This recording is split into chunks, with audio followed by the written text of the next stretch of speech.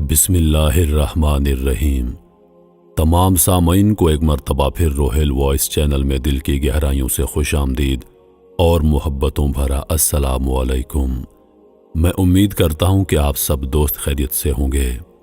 اللہ پاک سے دعا ہے کہ اللہ پاک آپ کی تمام جائز خواہشات کو پورا فرمائے اور آپ کو اپنے حفظ و امان میں رکھے، آمین۔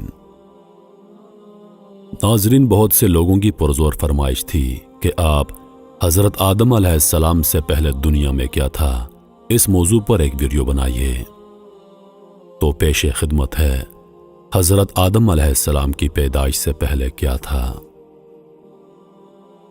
وَهُوَ الَّذِي خَلَقَ السَّمَاوَاتِ وَالْأَرْضَ فِي 6 أَيَّامٍ وَكَانَ عَرْشُهُ عَلَى یہ بات تو سبھی جانتے ہیں کہ سب سے پہلے انسان سیدنا آدم علیہ السلام ہیں۔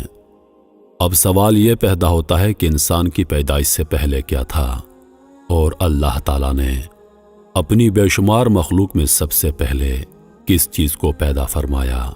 آئیے اس سوال کا جواب قرآن و حدیث کی روشنی سے حاصل کریں، کیونکہ مسلمان کے رہنمائی کے لیے روشنی کے یہی دو مینار ہیں۔ جناب رسول اللہ صلی اللہ علیہ وآلہ وسلم نے ارشاد فرمایا، میں تمہارے درمیان دو چیزیں چھوڑ رہا ہوں، جب تک تم ان کو پکڑے رہو گے، یعنی ان پر عمل کرتے رہو گے، تو تم ہرگز گمراہ نہ ہوگے۔ ایک اللہ کی کتاب یعنی قرآن مجید، اور دوسرا رسول پاک صلی اللہ علیہ وآلہ وسلم کی سنت مبارک۔ لہذا ہم سب سے پہلے قرآن کریم کے رہنمائی حاصل کرتے ہیں، جیسا کہ ارشاد باری تعالیٰ ہے، اور وہی ہے جس نے بنائے آسمان اور زمین 6 دن میں، اور اس کا فرش پانی پر تھا۔ یعنی زمین و آسمان کی پیدائش سے پہلے اللہ پاک کی سب سے پہلی مخلوق پانی تھا۔ ایک اور جگہ اللہ پاک ارشاد فرماتا ہے، اور پانی سے ہم نے ہر جاندار کو پیدا کیا۔ اللہ پاک ارشاد فرماتا ہے، آپ صلی اللہ علیہ وآلہ وسلم ان سے پوچھئے، کیا تم اس خدا کا انکار کرتے ہو جس نے 2 دن میں زمین کو پیدا کیا، اور کیا تم دوسروں کو اس کا برابر ٹھہراتے ہو؟ یہی خدا تمام عالموں کا پروردگار ہے۔ ایک اور جگہ ارشاد باری تعالیٰ ہے، اور اسی نے زمین میں زمین کے اوپر پہاڑ قائم کر دیے، اور اسی نے زمین میں برکت رکھی، اور زمین پر رہنے والوں کی غذائیں بھی اسی زمین میں مقرر کر دیں۔ یہ سب کچھ 4 دن میں مکمل ہوا۔ دریافت کرنے والوں کے لیے یہ واضح بیان اور پورا ہے۔ ایک اور جگہ اللہ تعالیٰ ارشاد فرماتا ہے، پھر اللہ تعالیٰ نے آسمان کی جانب توجہ فرمائی، اور وہ اس وقت ایک دھواں سا تھا، سو اس سے اور زمین سے ارشاد فرمایا، تم دونوں حاضر ہو جاؤ خوشی سے یا دباؤ سے۔ انہوں نے عرض کیا، ہم دونوں خوشی سے حاضر ہیں۔ 2 دن میں ان کو 7 آسمان بنا دیا، اور ہر ایک آسمان میں اس کے مناسب حال حکم بھیج دیا، اور ہم نے آسمان دنیا کو چراغوں یعنی ستاروں سے آراستہ کیا، اور نیز اس آسمان کی دنیا کی حفاظت کی۔ یہ اس خدا کا مقرر کردہ نظام ہے جو کمال قوت اور کمال علم کا مالک ہے۔ زمین اور اس کے متعلق چیزیں یہ سب 4 دن میں اللہ تعالیٰ کے حکم سے مکمل ہوئیں۔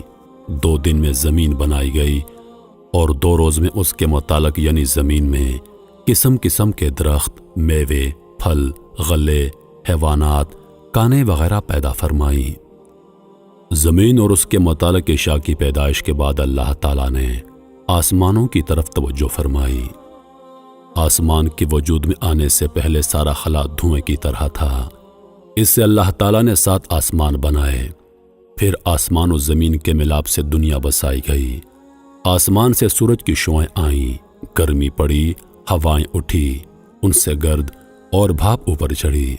پھر پانی بن کر بارش برسی، جس کی بدولت زمین سے طرح طرح کی چیزیں پیدا ہو گئیں۔ زمین و آسمان کے متعلق یہ سب کام اللہ تعالیٰ نے 6 دن میں مکمل فرمائے، جیسا کہ اللہ تعالیٰ ارشاد فرماتا ہے، بے شک تمہارا رب اللہ ہے جس نے پیدا کی آسمان اور زمین 6 دن میں۔ اس کے بعد اللہ تعالیٰ نے زمین پر پہاڑ قائم فرمائے۔ اللہ تعالیٰ نے جب زمین کو پیدا فرمایا تو وہ حرکت کرنے لگی۔ اللہ تعالیٰ نے پہاڑوں کو پیدا فرما کر زمین پر رکھا تو زمین کی حرکت بند ہو گئی۔ اللہ تعالیٰ نے جب زمین کو پیدا فرمایا تو یہ حرکت کرنے لگی، اور اللہ تعالیٰ نے اس کی حرکت کو روکنے کے لیے پہاڑوں سے میخوں کا کام لیا۔ اگر اللہ تعالیٰ یہ انتظام نہ فرماتے تو زمین ہمیشہ حرکت کرتی رہتی۔ ذرا تصور کریں کہ کسی جگہ جب زلزلہ آتا ہے اس وقت کیا حالت ہو جاتی ہے۔ جس کو موقع ملتا ہے تو لوگ جان بچانے کے لیے گھروں کو چھوڑ کر جنگلوں بیابان میں نکل بھاگنے کی فکر کرتے ہیں، اور اکثر تو ایسا ہوتا ہے کہ بھاگنے کا موقع ہی نہیں ملتا۔ لوگ سوتے سوتے لقمۂ اجل بن جاتے ہیں۔ اگر اللہ تعالیٰ زمین کی حرکت روکنے کے لیے پہاڑوں کو اس پر قائم نہ فرماتے تو کیا ہوتا، اس کا تصور آپ کر سکتے ہیں۔ یمن کے کچھ لوگ رسول اللہ صلی اللہ علیہ وآلہ وسلم کی خدمت میں علم دین سیکھنے کے لیے حاضر ہوئے۔ ان لوگوں نے آپ صلی اللہ علیہ وآلہ وسلم سے دریافت کیا کہ اس عالم کی ابتدا کیسے ہوئی۔ رسول پاک صلی اللہ علیہ وآلہ وسلم نے ارشاد فرمایا، دنیا کے وجود سے پہلے صرف اللہ تعالیٰ کی پاک ذات تھی، اس سے پہلے کچھ بھی نہ تھا، اور اللہ کا عرش پانی پر تھا۔ اس کے بعد اللہ تعالیٰ نے آسمان اور زمین کو پیدا فرمایا اور لوح محفوظ میں ہر چیز کو لکھ دیا۔ جناب رسول اللہ صلی اللہ علیہ وآلہ وسلم نے ارشاد فرمایا، اللہ تعالیٰ نے آسمان و زمین کے وجود سے 50,000 سال پہلے جملہ مخلوق کے لیے جو بھی مقرر کر دیا تھا اس سب کو لوح محفوظ میں جمع کر دیا تھا۔ آسمان و زمین سے پہلے اللہ کا عرش پانی پر تھا۔ اس کے بعد اللہ تعالیٰ نے قلم کو پیدا فرما کر اس کو حکم دیا کہ لکھ۔ قلم نے دریافت کیا کہ کیا لکھوں؟ حق تعالیٰ کی طرف سے حکم ہوا، جو کچھ قیامت تک مقرر ہوگا وہ سب لکھ لو۔ تو قیامت تک جو کچھ ہونے والا ہے وہ سب کچھ قلم نے لکھ لیا۔ زمین و آسمان کے وجود سے پہلے اللہ کا عرش پانی پر تھا۔ اللہ تعالیٰ کے حکم سے ایک ہوا چلی جس سے پانی کی لہریں پھٹ کر پانی کی سطح پر قبا کی شکل میں ایک بلبلا پیدا ہوا۔ اس سے اللہ تعالیٰ نے ساری زمین کو مرکب فرما کر اس کو پانی کی سطح پر بچھا دیا۔ محترم عزیز دوستو، جو کچھ بیان ہو چکا ہے اس سے ایک عام آدمی بھی سمجھ سکتا ہے کہ اللہ تعالیٰ نے زمین و آسمان کو کیسے پیدا فرمایا اور حضرت آدم علیہ السلام سے پہلے کائنات میں کیا تھا۔